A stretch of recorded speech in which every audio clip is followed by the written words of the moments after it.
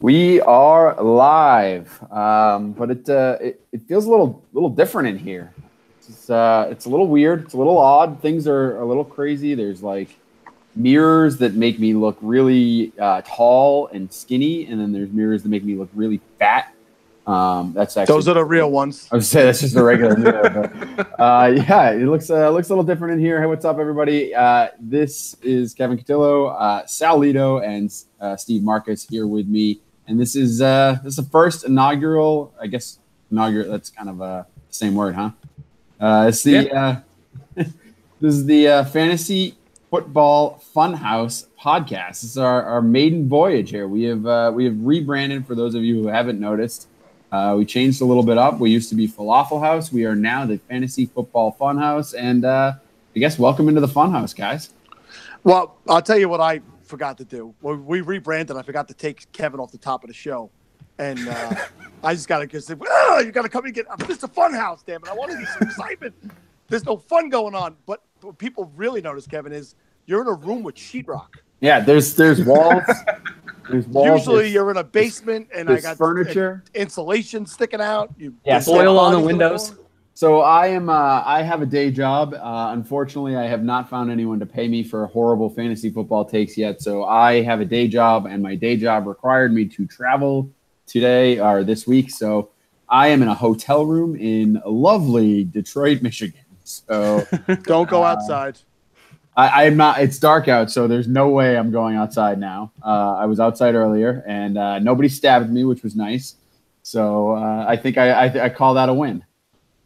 A successful trip to Detroit, and we have the best. We have the best of all Kevins tonight. We've got tired, travel weary Kevin. We've got allergy Kevin, and it's everything that we want Kevin to be. He has been snippety while we've been on so far. Snippety is a word. Well, listen, to pick up on what Kevin was saying before, we did rebrand the show. This is the Fantasy Football Funhouse, and you can not only find us on our original feed where you always found us, but you can also find us now along with the Gridiron Experts. We will be joining the family at Gridiron Experts. Mike Riggs reached out to us. We spoke. We loved what Gridiron Experts was all about, and we're happy to be a part of that family. So welcome aboard to them with us, and we're happy to be aboard on their feed. Yeah, absolutely. It's we're really excited about the partnership with them, and you're going to be able to see us in many more places, which is just great. We got a lot of other stuff coming too. We talked about the website being down currently. We're working on the reconstruction of that. We'll follow along with the Fantasy Football Funhouse theme once we get that up and running. And it's pretty. Sal and I have put a lot of work into this. Steve continues to do very little. And, yes. But there's good reason for that because he really screws up a lot. So anytime we give you anything, it just goes to hell. I just want to say I'm happy. I've been clamoring for this for a long time. You son of a bitch. I'm glad that we finally got around to doing this. So, and the response has been great. Yeah, the response has been great. I want to thank everyone for that. I actually, Steve's obviously busting my balls here because I've been telling people that we needed to rebrand for a little while. They continuously ignored me. And then one day Sal said it and Steve was like, oh yeah, that's a great idea. So I don't know. I don't know how that works, but that's how things go down between the three of us. But you know what? We have to get to more important things because there is someone joining us tonight that is more important than all three of us, probably combined. So he's our first guest in the Funhouse, which is pretty amazing. We brought in the big guns tonight, Eliot Crist. What's going on, Eliot? How's it going, guys? We're great. That was a hell of an intro. I'm not going to agree that I'm more important than all three of you combined. Certainly more important than Sal, but other than that, I think we're all equal. Fair enough. That's funny. Most people go with Steve in that situation, but yeah. That's right. Yeah. Elliot Young, this is pure ageism. That's true. So, Eliot, we brought you on tonight because you got some stuff going on right now that in the fantasy industry that's pretty cutting edge, and we're curious to hear a little bit about it. You want to tell us about what you got going on right now? Yeah, so absolutely. So a couple months ago, I became the sports product manager of TQE, the Quant Edge. Quant is math.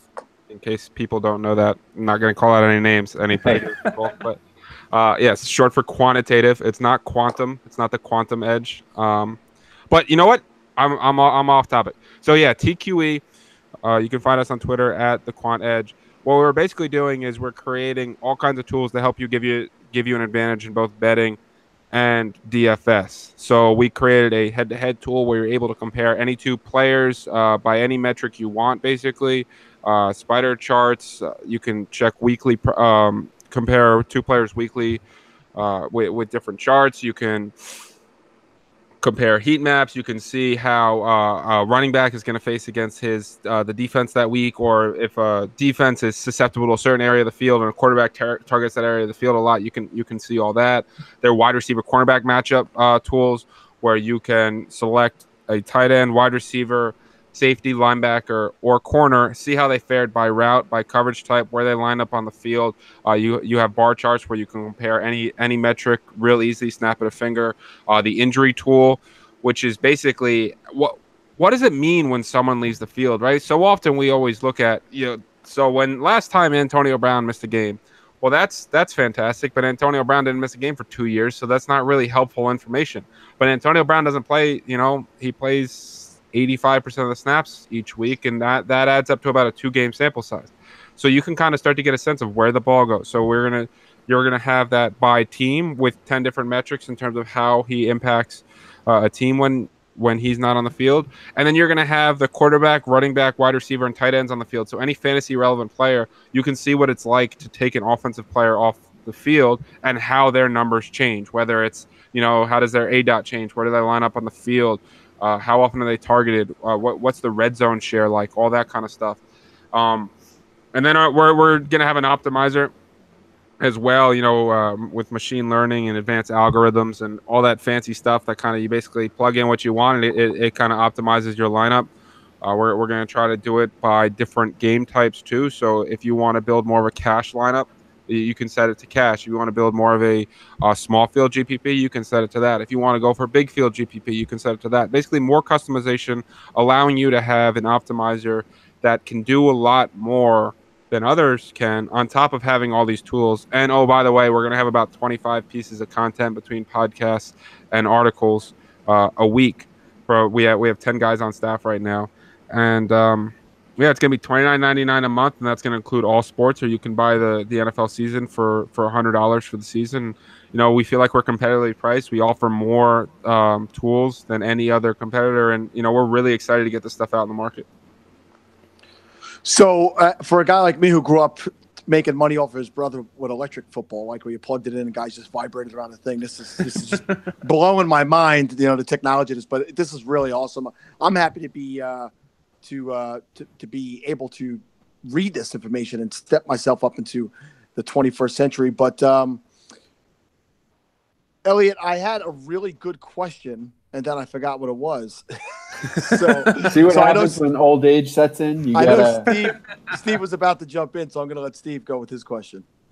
I was going to ask if are you guys looking to be a competitor and to try and take over someone like PFF, who everyone kind of looks at as the analytical type of place? You guys seem to do a little bit more. Is that what your guys' goal is with the site? PFF is more designed for teams than they are for fans, whether or not they want to admit that or not. But that's, we don't hold back any of our information. And just to clarify, these are the 4 tools at launch, right? That doesn't mean that the season we don't add more. We don't add data tables. We have a couple other ideas that I don't want to announce until we actually make sure that we can pull them off. But there's going to be more. We're not grade based. We're more about providing you information. We're going to have ownership stuff with a fan share partnership. So we're going to have ownership in our optimizer where they don't.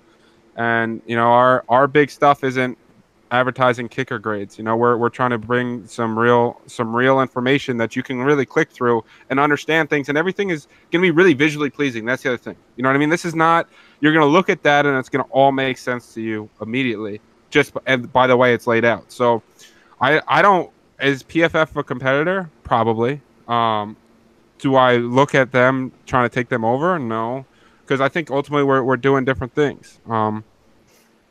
But I mean, we're more about trying to provide as much information to fans as possible in easy to understand ways where they can click one button and get the answer.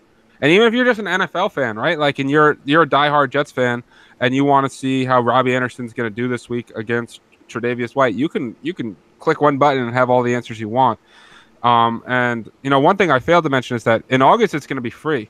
We're gonna have August is free, so everyone can hop in, check everything out, and start to get comfortable with everything as well. Because we're all about the user experience. There's going to be a chat once you're a member on the website as well, where anyone who's a paying member has their own chat on the site. They can all discuss things, we feel like we're different than PFF ultimately. Eliot, I remembered what my question was now. You mentioned all sports, so I think a lot of people think that this might just be for football, but you guys are going to be covering everything. Go into what sports will be covered. So to start, it's going to be NFL, right? But basketball doesn't launch till October anyway, so we have some time on that one. But we plan to roll out NBA, we plan to roll out MLB, and then from there we're going to try to keep going into all sports. Basically, if you can play it in DFS or you can bet on it, you're going to be able to get some content on our site. That's the goal. It's going to start with football. We're going to build it around the NFL, and we're going to kind of show people what we're made of and then build it out from there. We have people starting to post in the chat. They want to see Marvin Jones TQE. They want to see Jordan Howard TQE, Amari Cooper. So the people are responding. That's terrific. When they say that, like if they want Marvin Jones, do they want Marvin Jones route tree or do they want Marvin Jones on and off the field? All right, if you're listening, post that in the chat. Go ahead, Kev. I was just going to ask if you were going to have the new football leagues when they start up in the next couple of years. I mean, let's get those rolling. And Canadian football leagues, I'm all for that. Let's get DFS going on all of it. Yeah, the only thing TQE will not support is any kicker. Kickers are they're not football players. I don't care if you want to tweet me that's because I don't think I'm man enough to be a kicker, which was a weird take today that I got. Did kickers have to be more manly? I was told I'm not comfortable with my masculinity, and that's why I don't think kickers are football players. Which I don't understand, right? Like they legit when everyone else practices and are hitting each other and playing, they're off to the side. It's not football. It's not. I mean, I understand they are a member of the team, but they're not football players. Do you think they should be removed from football? I mean, I don't care. Honestly, I just think they should be removed from things. But, like, think about this. Answer this question honestly.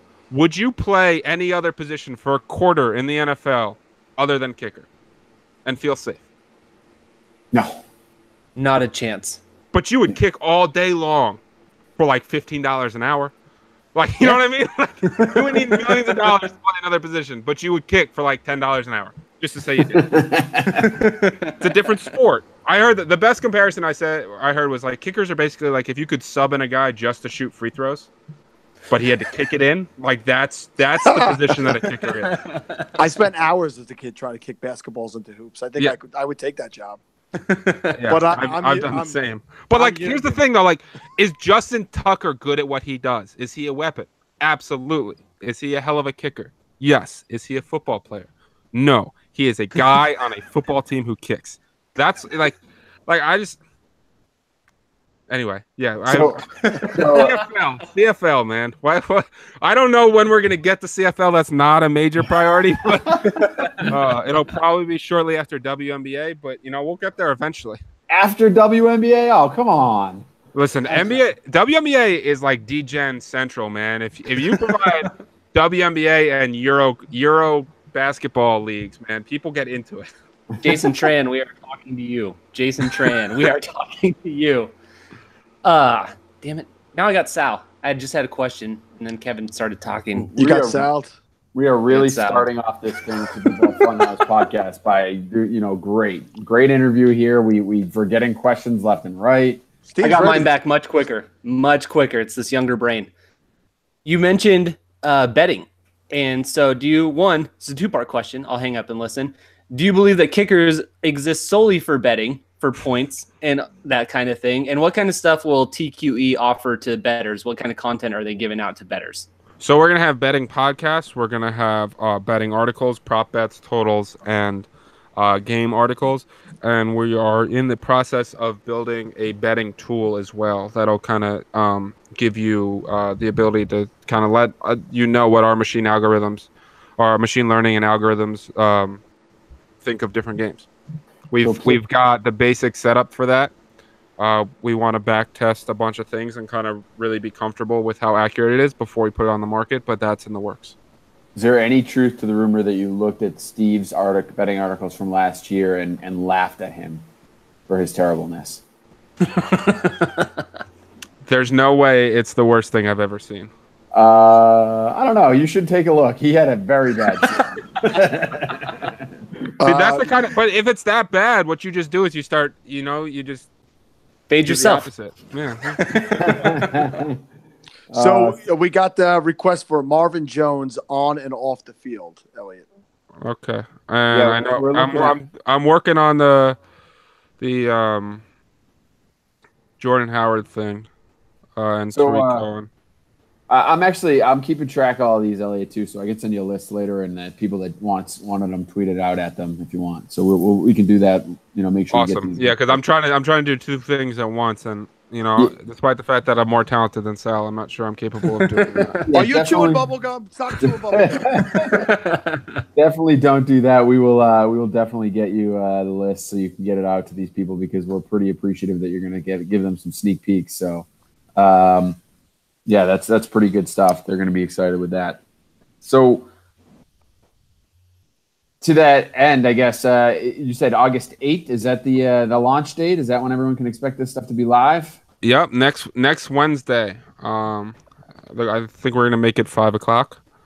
I don't have the exact time, but next Wednesday the site will be live. It'll be free to start. Again, once September hits. It'll go premium, and then if you want to sign up for the season in October, there will be an early bird discount as well. But next Wednesday it'll be free. You can start getting on the site, playing with the tools, and kind of really seeing what it's about. That's awesome. And how much? I don't know if you said this, so I apologize. How much content do you have in the pipeline to get up there right away? Will there be a lot on there other than the tools, or will it just be the tools at first, and you'll add the content as you go? So to start, there'll be, I think, 12 pieces. Okay. And then once DFS hits, we'll have about 25. We'll have season-long content, betting content, and DFS content, but focusing on DFS and betting. Cool. Well, listen, it's football season. The Hall of Fame game is on right now. The Bears are playing the Ravens. You may look over Eliot's shoulder and see the two helmets of the two teams that are playing tonight. That made me so happy you pointed that out. That means a lot to me. This is not good football. I believe that Daniels to Burton, and that's not Trey Burton. That was Mike Burton for the first touchdown of the football season. But Eliot, there's a ton of news stories out there. There's a ton of stuff going on in camp, and we want to get your take on what's going on in the NFL. So I'm going to start off with a couple of running back, a couple of backfields where rookies are involved. And as we know, you did a ton of rookie work this past offseason. You did a ton of podcast breaking down different rookies. So let's start off with Seattle. This is fun. This is a fun one. What is the hype with Chris Carson? Can we really believe it? Is this Penny's backfield? How does this all shake out? Yeah, yes, it's Penny's backfield. No, I don't care what Pete Carroll says. And yes, Rashad Penny is a huge value in the 4th round. I mean, I can break it down if you really want to, but like let's talk about Chris Carson. Yeah, yes, he flashed in one game last year. That's really exciting for the 7th round guy. And is Chris Carson bad? No, he's not. But teams don't spend 1st round picks on running backs not to play them. It's pretty simple. I mean, you look at these guys, they average like 19 touches and targets a game when they're 1st round picks in the last since 2011 at the running back position. They believed in Penny. They went out of their way to go get him. They said they're very comfortable with him in the 3-down role. Brian Schottenheimer has been praising his pass blocking, which I don't believe, because I've seen him play football before and I don't think he knows how to pass block. But and then people talk about, well, the offensive line's gonna suck and the game script and da da da da da da. Well, here's what I think. One, it doesn't matter that much. Ultimately, the biggest correlation between a running back and fantasy points is snap percentage. And if Penny plays, he's gonna score.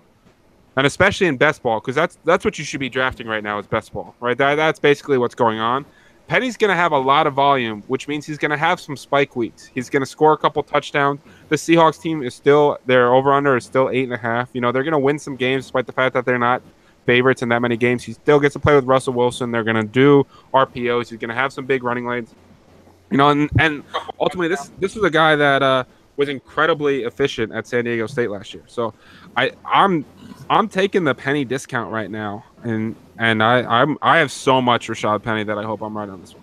I agree with you, Eliot, that best ball is what people should be playing right now.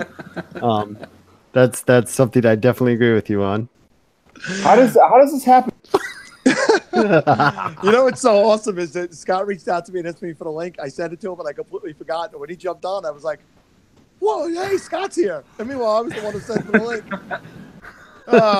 Welcome to the Funhouse, Scott Fish. This is an amazing set. We're launching the new Fantasy Football Funhouse, and we got not only Eliot Crist, who's on the cutting edge of what everybody's talking about on Twitter, but Mr. Fish, who's fresh off of an appearance on Sirius Satellite Radio. Is that correct? Yeah, I was just on there a little bit ago. But this is very, very fun to be on this, except for one major issue I'm having here, and I'm gonna have to hit the screen share button to see so you can see the major issue I'm having. It's borderline disgusting. Is it because I'm here? Can you see my screen? Can you see my screen now?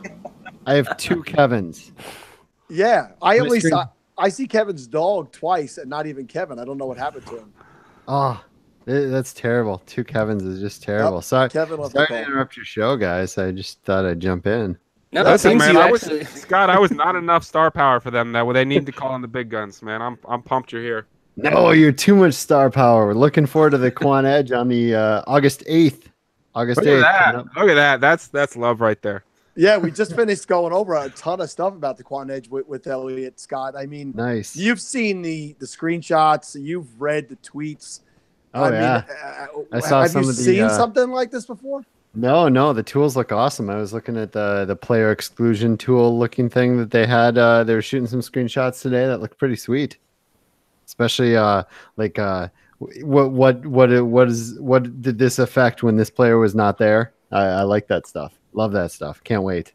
Yeah, we got people posting in the chat now, and Eliot's going to tweet out some screenshots to them a little bit later about individual players being on and off the field and their route trees and stuff like that. But we were talking about football, and we were talking about some backfields. And Scott, we'll get your input also. But first with Eliot. Oh, I was going to run away. All right.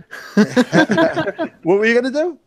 I was going to run away. I just wanted to jump in and say hi, and I didn't want to steal Eliot's thunder. This is I already talked about what I need to talk about. So, well, I'll tell you what, Scott, you're welcome to stay as long as you want. I know Eliot would love to have you. No, you guys don't want my opinion. You want Eliot Crist's opinion on these backfields. That's what you want. We certainly don't want Steve's opinion. So that's something everyone listening can agree on. We don't want Steve's opinion. By the way, that picture in your like profile of Steve with his like hands up. Oh, it's so great. That's perfect. I asked Steve to send me his best shot for that, and that's what he sent me. See, I just figured me jumping on and joking around for a few minutes is just that's what the Funhouse is, right? Absolutely. That's totally on brand. Wait, so Scott, before you hop off, I have like a very serious question I actually need to ask you. Cue the music. Are kickers football players? I saw you having those tweets and the quote tweets and stuff. I might want to abstain, but I do not have kickers in any of my leagues. It's not something I do. Kickers nor defenses. Yeah, I only quote tweeted the one guy because he quote tweeted quote tweeting is the most passive aggressive thing you can do. Oh, it so is. Twitter. It so is. And he was like questioning my masculinity and whether or not I'm comfortable with myself because I don't think kickers are players. And I was like, that's ridiculous. And then he started calling out a take that I had from like week 13 and saying like he beat me in everything. And I was just like, and so, I said, I'll play you in DraftKings every single week from now to the end of the season for any amount of money. And then he went quiet. Well, Twitter advanced search is the newest thing. So if you said it, Eliot, they're going to find it. Yeah, they man. Oh, I'm going to go delete all my tweets right now. Scott, if Watson has a bad year, man, it's going to be rough for my old Twitter. Oh, yeah. That'll happen. Before Scott does sneak away, I don't know that even TQE is ready to have tools for this, but someone in the chat, Mendo Bruce, asked, does TQE have tools for crazy scoring schemes like Scott's leagues? Oh, man, they're not easy. So the goal is eventually for the head-to-head tool. Right now it's DraftKings, FanDuel, and there's NFL.com for standard. For you to be able to custom input your league scoring rules. So if you want to do it that way, you can do it that way. And one thing I didn't mention before that I think is really cool about the Quant Edge is that we're not doing rankings. We're doing percentiles. And this is actually, I got this idea from covering the draft. And, I think too often we get caught up in is he RB3 or is he RB4? But RB3 and RB4 can oftentimes be like the same exact thing. You know what I mean? But RB5 falls off a cliff. Right. So you're going to see in different categories and fantasy points and everything, Todd Gurley and Le'Veon Bell, who cares if they're 1 and 2 because they're both 99th percentile players. But meanwhile, a Melvin Gordon might be like an 80th percentile. And it's like the difference between an RB2 and an RB7, but, you really get to see the real difference and all that stuff. And I think that's a really cool thing because I think tiers are more important than rankings. Mm-hmm. That's beautiful. That reminds me of how sometimes, back in the day in magazines or even now when someone does a cheat sheet and they have auction values in there, you can see those tier gaps just by looking at the auction values. It sounds like your site is going to be like at the forefront of making that a real, like a thing people can look for. That's beautiful. Yeah, that's the goal, right? Because those drop-offs, man, they're off a cliff, right? Like people talk about, he could be RB2 or like he's RB29. Well, RB29 compared to RB like 18 sometimes can be the difference between like 75 points, and that's a big. I love that we kind of took over the show, and Kevin and Sal and Steve are sitting back. I love it. I'm learning. What are you guys doing next? Thursday? This. We'll be watching preseason degenning and probably on a podcast somewhere. Sounds like Tune in next Thursday for the new Fantasy Football Funhouse with Scott Fish and Eliot Crist. Let's do it. Guys, if you could send me over Bitmojis of yourself, I'll have to add them to you. So that would be really sweet if someone just plopped our Bitmojis over Steve and Kevin. Like, don't even take them off, just like you can kind of see them behind us. Oh. All right, guys, I'm gonna jump out. I'm gonna hit the hay. Got an early Thanks morning. for stopping by, Scott. All right, thanks, Scott. Hey, Scott, do me a favor. I appreciate you coming on. Let me know like one Vikings guy you want to see, and I'll make sure to tweet it out for you. One Vikings guy I want to see on the splits. You can do splits on and off the field. You can do route charts. You can do whatever you want. Oh boy. Well, offense, defense. I hate to be so obvious, but Diggs is my boy. I love Diggs. You're gonna get a Diggs route chart. You're gonna get Diggs on and off the field as soon as this podcast is over. Oh, that'll be awesome. All right, man. Can we get a Treadwell route chart? Hey, now. you can. It's just gonna be blank. He's running with the ones, guys. He's running with the ones. All right. I'll talk to you guys later. See ya. Have a good one. I just literally ran Treadwell's entire route chart. All right, so wait, Treadwell had 35 targets last year. Did he? He was good on corner routes. He caught his one target. That was a good one. One dynasty I owned him, and I literally dropped him in a book a few weeks ago. So I had to make room for nobody. Just a cut. Just like you're just out of here. Let's get to the Indy backfield because we're hearing so many things about both rookies, and we're hearing that now it could be a different touch leader each week in that backfield. Eliot, are you a Marlon Mack fan? Have you been in the past? who do you think shakes out to be the top guy in this backfield, or are all three guys going to be basically possible flex options and no one's ever going to really take the lead?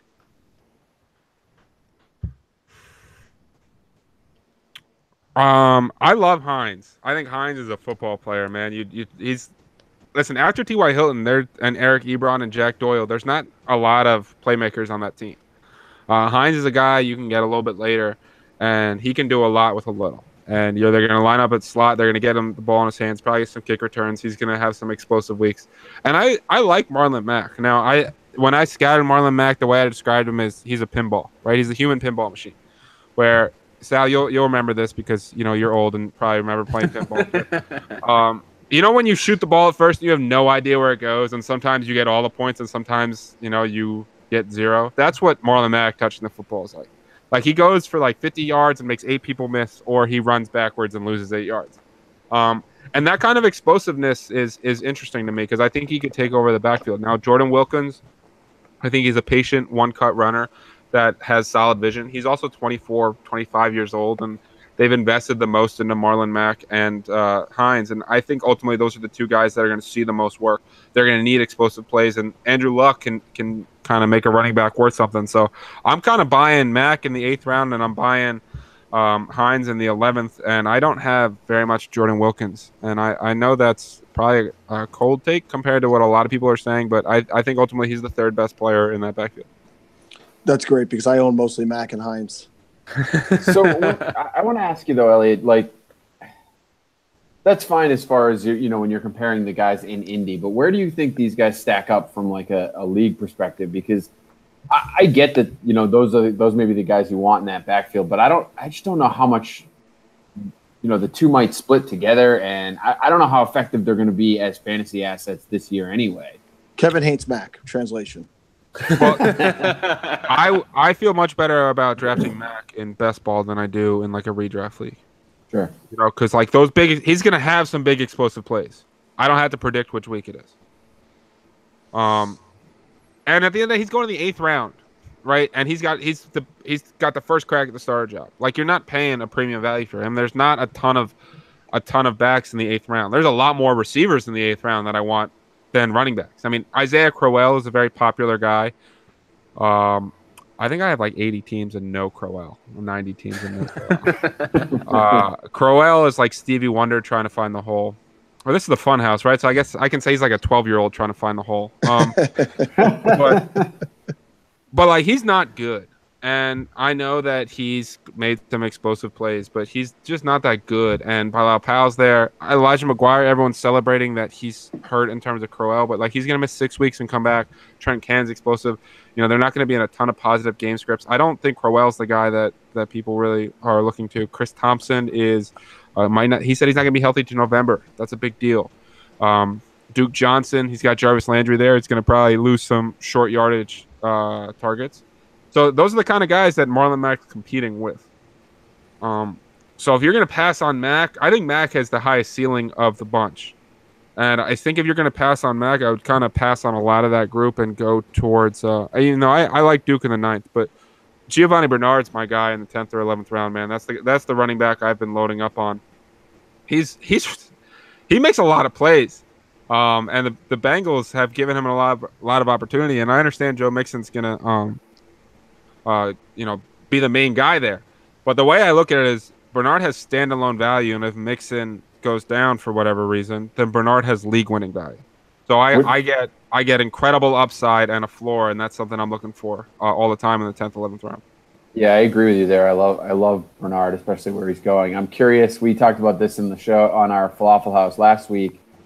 The ceiling for Mixon and where he could find and end up for the season. I think Sal thinks he could easily be a top 10 player.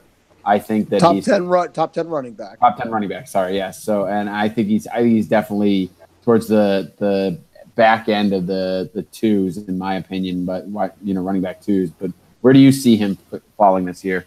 It's funny because a lot of people who like Mixon don't like Penny, and they reference Penny's O-line. But Mixon's O-line isn't very good either. But boy, do people like to pick and choose what values to them just based on whatever fits their narrative. But I think Mixon's going a little bit closer to his ceiling. I liked Mixon more in the third round than the second round. Like, I would take Christian McCaffrey over him. I would take Freeman over him, and I've seen him go over both. I would probably take Mixon over McKinnon. But I think if I get one, I'm very comfortable at the turn taking Mixon. I think his ceiling is probably like RB8, and his floor is probably like RB20. Now that's a decent size range, but he is a very talented receiver. I ultimately think that it's just, for me, Bernard's the guy in that backfield I want. Yeah, for value, where you could draft him compared to Mixon. I hear what you're saying. And let me just say what a professional Eliot is, that he knew that a few questions down on the agenda I was going to talk about Crowell, because I know you're a Jet fan and you're not fond of him, and there was some positive news about him today. So you hit on that. That's great. Let's talk about this, man.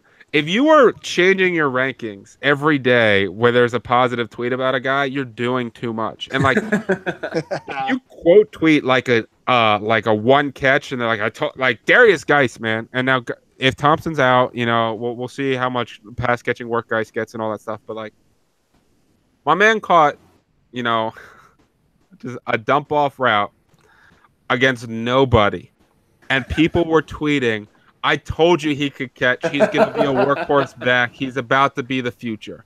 And I was like, what? Like, I don't understand. Or like these one-on-one drills that are designed for the running back to beat the linebacker. Like, that's what they are. And they do it. And people are like, oh my God, man, I'm telling you, this guy's a breakout candidate. Or Jerick McKinnon does shirtless pull-ups. Oh, he looks so jacked. He's ready. Have you seen NFL players? Right, they're all jacked. All gigantic. One of my friends was dating Rashawn Jackson, who was a fullback for the Panthers at the time. And he came over to my house, and he's like 235. And I'm like 225 on a good day. There have been less good days lately, but that's not the point. And I'm 6'3", 6'4". Like I feel like I'm a solid sized dude. This guy looked like he was 4 times the size of me. Like they're all monstrous, but yet someone sees a shirtless picture. Josh Gordon. Oh, Josh Gordon's not a human being. You see his abs, bro. They all have abs.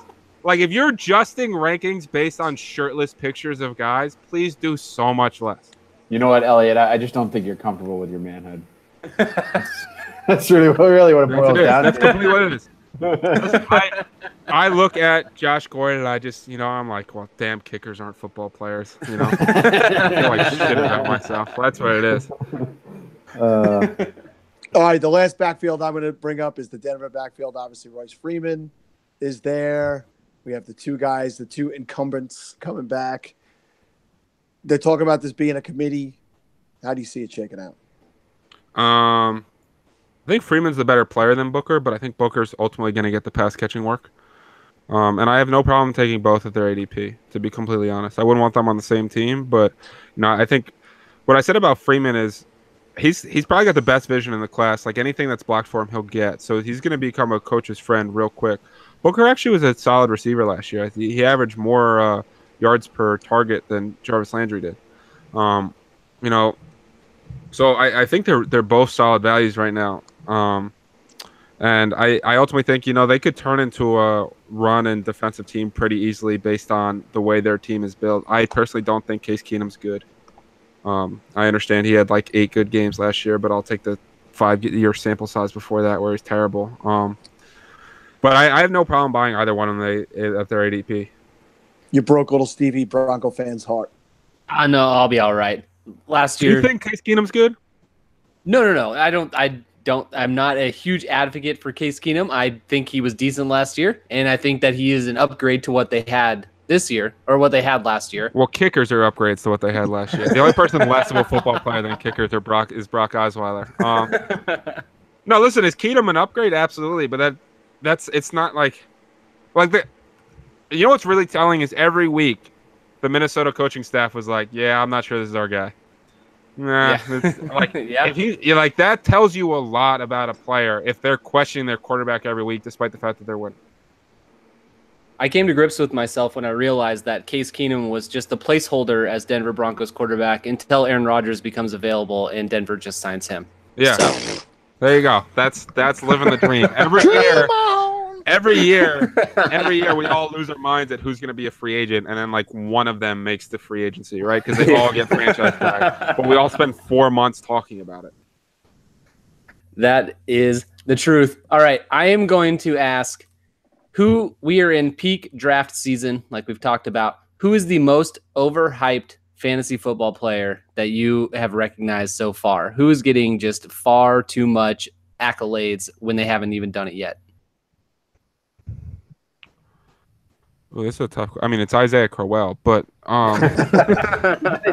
no, it is.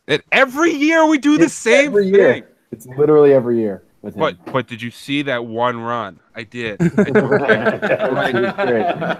So the most overdrafted player, in my opinion, is Aaron Rodgers. But that doesn't mean he's not incredible and the best quarterback in the NFL. But like if he's going in round 4 and I can get Tom Brady in round 8, it's a no-brainer. Like Aaron Rodgers is being drafted like he's a tier in his own when he's not. So I think Rodgers is the biggest overdrafted player, but he's not an overhyped player, if you know what I mean.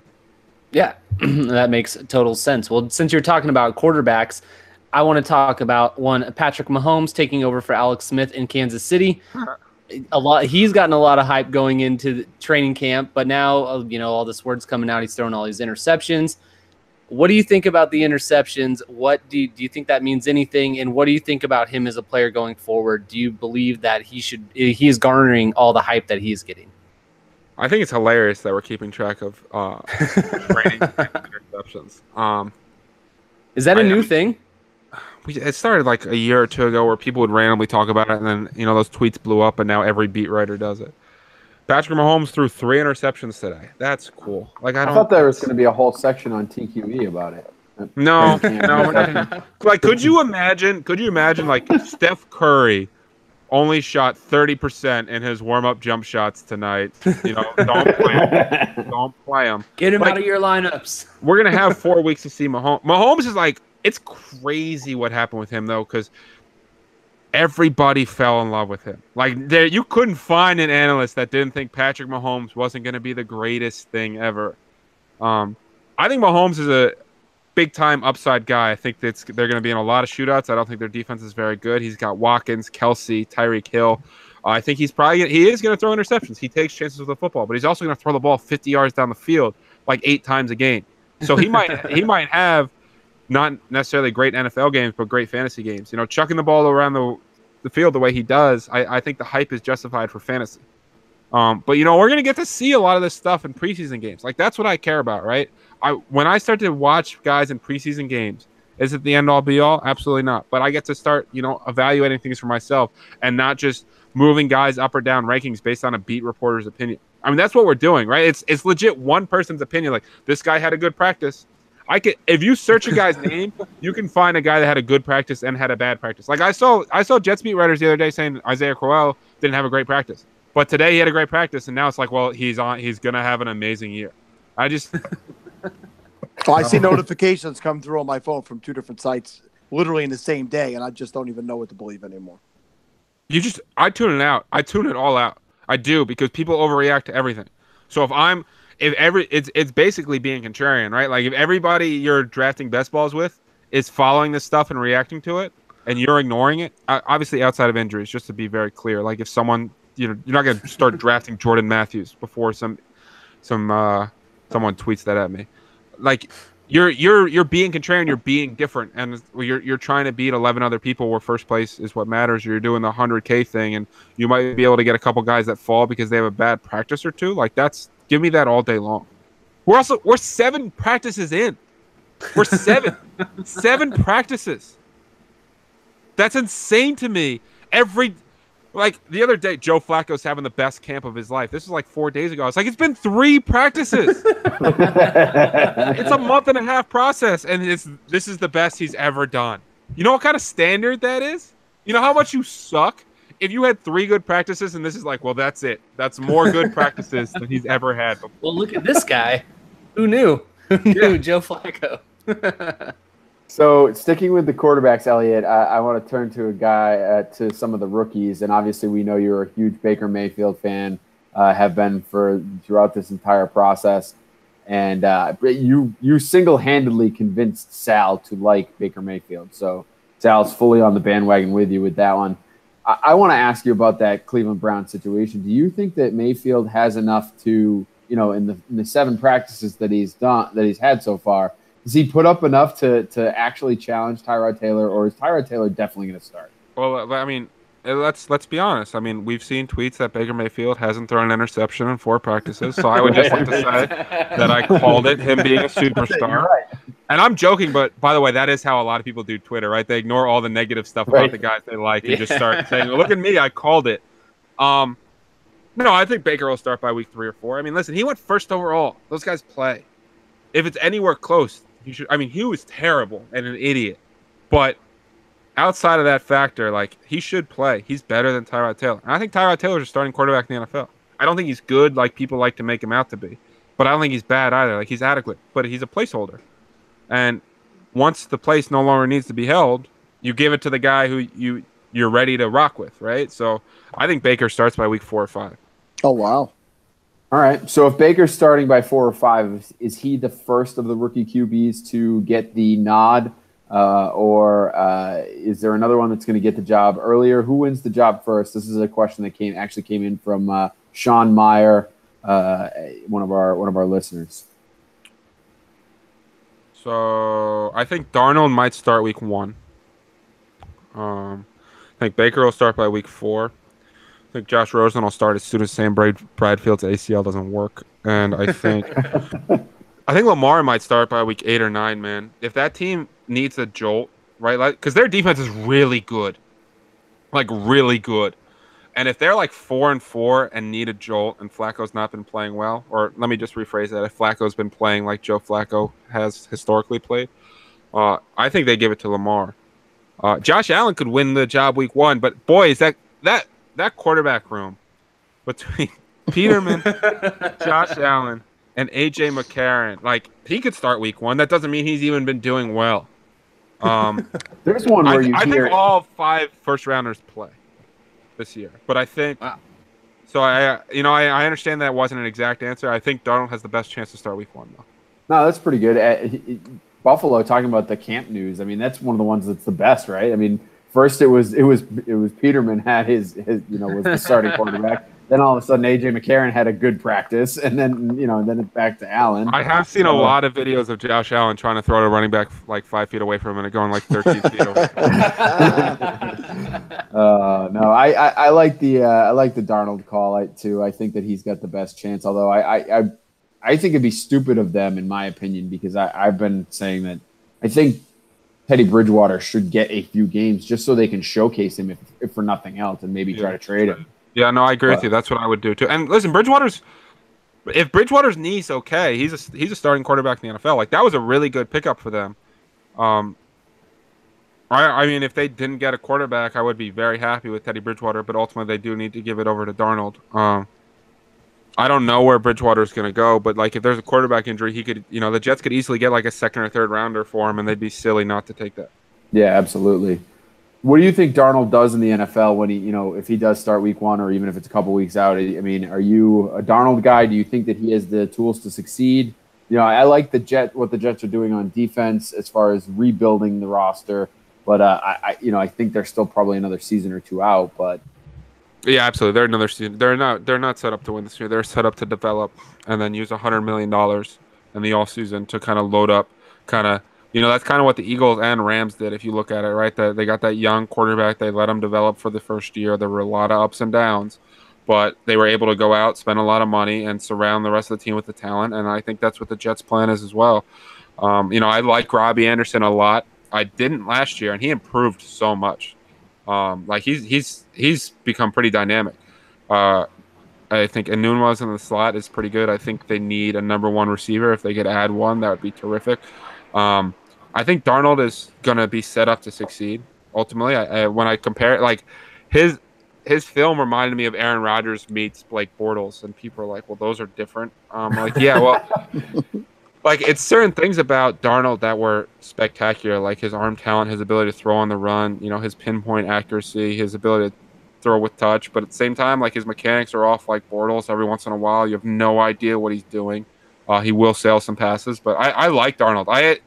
I know I broke the rules this year in terms of I liked a lot of people. I thought there were 4 good quarterbacks in this draft. And I know you're only allowed to like one, but I think all 4 have a shot to succeed. You can't break the fantasy rules like that. You obviously said that they need a number 1 wide receiver. Our friend Eric Flynn wanted to know about Terrell Pryor and whether or not he was a sleeper this year. Oh.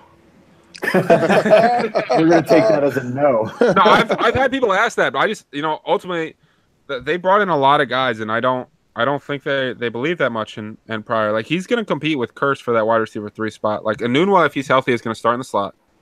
Anderson, assuming he doesn't get suspended. Like, Anderson was by far their best receiver last year. I don't think that they're not going to just take him off the field. He does a lot of what Pryor does better. Pryor is a freak athlete. We've seen him have some go routes. He may catch a couple deep passes, but ultimately I think there's a decent shot he's the wide receiver 4 for this team because they like Crist a lot. He had a real good year last year. I think Pryor is the wide receiver 4 in the Jets, and that's ugly. Yes. All right, Steve, you got your chance. We've been talking about it all night. You wanted to slip in the wins totals here. It's like he doesn't even know what's going on. Now I had no idea. You're not paying attention here. I had no idea. I wanted to talk win totals, and they just kept telling me no one cares and that it wasn't going to happen, and I just didn't think it was going to happen. So yeah, I want to ask you about some win totals. I found some throughout the league. I found all of these on mybookie.com. So they might be a little different. The first one you mentioned earlier, you had Seattle at 8.5. They're on MyBookie at 9. Do you think they're an over candidate, or where do you think that's a pretty good spot for them? You gotta do me a favor. My girlfriend just texted me, so I completely missed that question. I'm a bad person. Can you repeat the question? Seattle over and under at 9. Wins. I'm gonna go just under. I think they win about 8 games. 8 games. And for some reason, I give Wilson, man. I'm giving Wilson 6 alone. Like he's really right at the end of the day. Quarterbacks are everything, but their defense lost a lot. But I think 8 makes sense, and I think they're going to be in a lot of games though. By the way, Steve, his first answer was proof that no one cares, like we told you. So, yeah, that's my bad guy. That is very fitting. He's like, "Oh, win totals." Girlfriend texted me a little bit ago. Eliot, let me explain something to you. We're 4 guys sitting here talking fantasy football. You made the right choice responding to your girlfriend and paying attention to your girlfriend. You are a smart guy and a good person, and keep doing that. All I saw was a text that said "send help," and I was like, "Wait, what?" So she went to a comedy show with her friend tonight, and she's like, "All the comedians suck. Send help." And all I saw was a "send help" text, and I was like, "What is going on?" No, that's not fun. All right, next one up. Arizona Cardinals, 5.5 games. Over. Pretty easily, I think. Yeah, I thought that was pretty low. I mean, that defense is good. People don't realize how good that defense is. Patrick Peterson, Chandler Jones, Budda Baker. Like, they got some talent. And then I think Rosen and Bradford. If Bradford's healthy, they sail over that with David Johnson coming back. Like, I like that over a lot. Yeah, and you saw that video of Chandler Jones. He's definitely going to kill a guy this year. Yeah. Guaranteed. $5 the screws weren't put in right, and they just wanted to show something cool. Hey, Steve, before you get on to your next team, Kevin's burner account is in the chat. Hamlet D says it's Lockett's year. It is Lockett's year, and that is not my burner account, but thank you to Hamlet D for pointing it out that Lockett is the guy this year. Lockett's a good value. I mean, it's finally going to happen. See, that's what I've been saying, Eliot. Listen, I've been on Lockett for like 3 years and it hasn't happened. But this year, I say it's actually worth it because you can get him for nothing. Not only do you get him for nothing, but he's, his leg works. I mean, if we're being that injury was disgusting, and that's the kind of thing that takes 2 years to come back from. And we've seen this guy flash a lot. We've seen the upside, and now that he's healthy again, solid wide receiver 2 role. I mean, Jimmy Graham led the league in red zone share. I think he's at 38%. That was more than any other player in the NFL. By the way, number 2 in that category was Devontae Adams. So I know everyone's buying Jimmy Graham this year, but he and Adams are going to really have to fight for touchdowns. And Graham has very little big play upside anymore. So I'm getting off topic, but yes, I like Lockett. Kevin will acquiesce to any Lockett talk for as long as you want. You have free reign there. If you bring up Lockett, Moncrief, or John Brown, you get a spot on this podcast. Well, Moncrief is terrible at football. I'm awesome. With you on. I'm all aboard John Brown being good. All aboard the smoke train. I'm all aboard Tyler Lockett being good. I'm all aboard Dante Moncrief basically being a tight end in the NFL. Like, I understand he's a super athlete when pads are off, but when pads are on, man, he's never open. And I don't know. I like my receivers who get open. Pretty important. You spoke about John Brown, Kevin. Baltimore is the next one up. They're on my bookie for 8 wins. Push. A push. I think that's the right number. I wouldn't bet it. Staying away. Just writing all this down. No worries. Which, by the way, is really important. Anyone that's listening to this with betting, the goal is not to bet everything. You know, I know you want to do that. It's about being smart. So you want to be able to pass on games. So that when a number is right, you kind of want to pay attention to that. Yeah, you see how often Vegas gets within a half point or a half, just how close they are all the time. If they see, or you see a number and you think that it is too close, then just stay away. You look for the values. Always look for the values. Indianapolis, 7.5 wins.